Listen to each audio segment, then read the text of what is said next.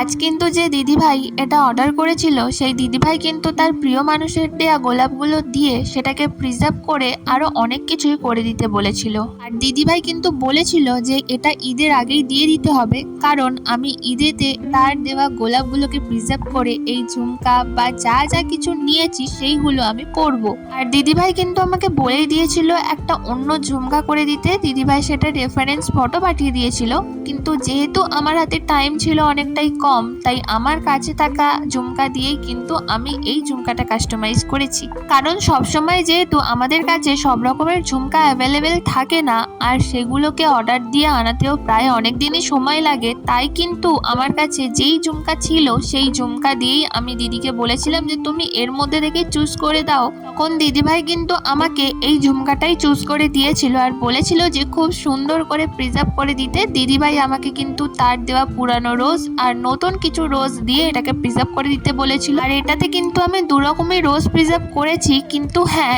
এটাতে নিউ রোজ একটু বেশি দিয়েছি, কারণ নিউ রোজ দিলে সেটার কালারটা একটু বেশি ভালো আসে, আর তাই পুরানো রোজটা একটু কম ইউজ করেছি। আমি তো বুঝতে পারছিলাম না যে দু রকমের রোজ প্রিজার্ভ করে ঝুমকাটা কেমন লাগবে, কিন্তু ঝুমকাটা পুরোপুরি কমপ্লিট হওয়ার পর আমার নিজেরও এত সুন্দর লেগেছে যে বলার মতন না। আর তোমাদের কেমন লেগেছে অবশ্যই কিন্তু জানিও। তো আজকের জন্য এইটুকুই, টাটা।